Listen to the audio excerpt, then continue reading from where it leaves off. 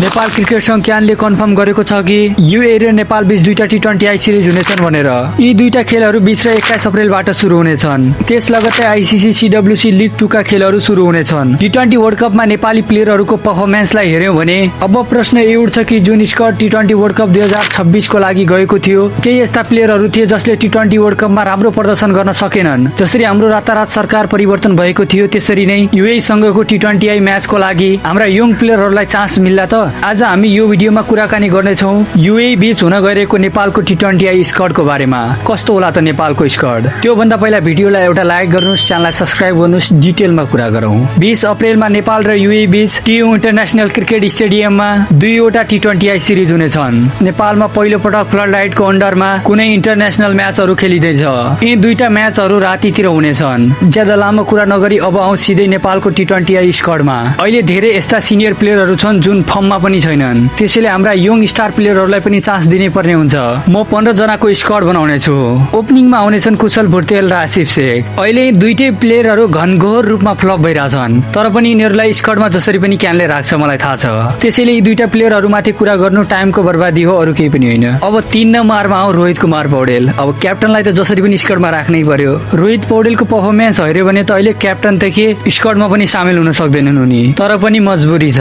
Number 4 मा दिपेन्द्र सिंह हेरी। अहिले कोही भरोसाको लायक छ भने यही मान्छे हो। आफ्नो एकदम खतरनाक फर्ममा गइरहेछ हेरी। अहिले आफ्नो होम ग्राउन्ड टिममा त झन् दिपेन्द्र सिंह हेरी एकदम खतरनाक हुन्छ।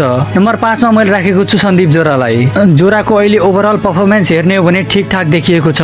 अब 6 नम्बरको प्लेयरको कुरा गर्ने हो भने बसिर अहमद। बसिर अहमदलाई लिएर मैले धेरैचोटि बोलिसकेको छु।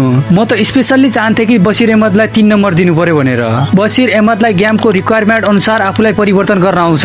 यो लेभलको माइन्डसेट भएका प्लेयरहरू एकदमै कमै हुन्छन्। उनीहरूलाई राम्रोसँग गेम चलाउन आउँछ, तर के गर्नु, कप्तानलाई अलरेडी 3 नम्बरमा राखिसकेका छन्। नम्बर 7 मा कुरा गर्ने हो भने गुलसन कुमार झा।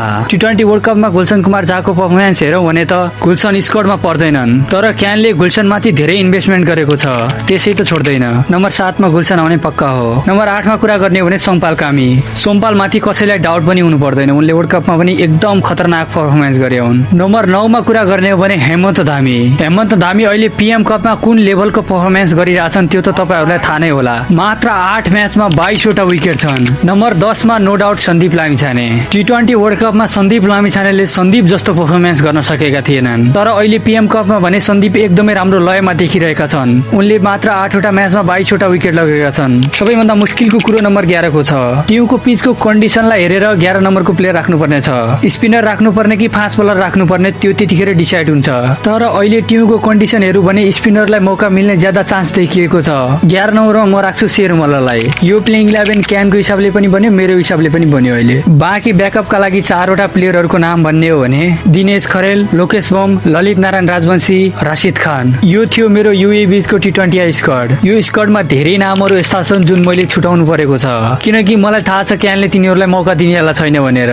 क्यानको सोच अनुसार मैले स्क्वाड तयार पारेको छु। तपाईहरुको नजरमा कुन प्लेयर यो स्क्वाडमा हुनुपर्ने थियो कमेन्ट गर्नुस्। आजलाई यति नै, बाँकी कुरा अर्को भिडियोमा गरौँला।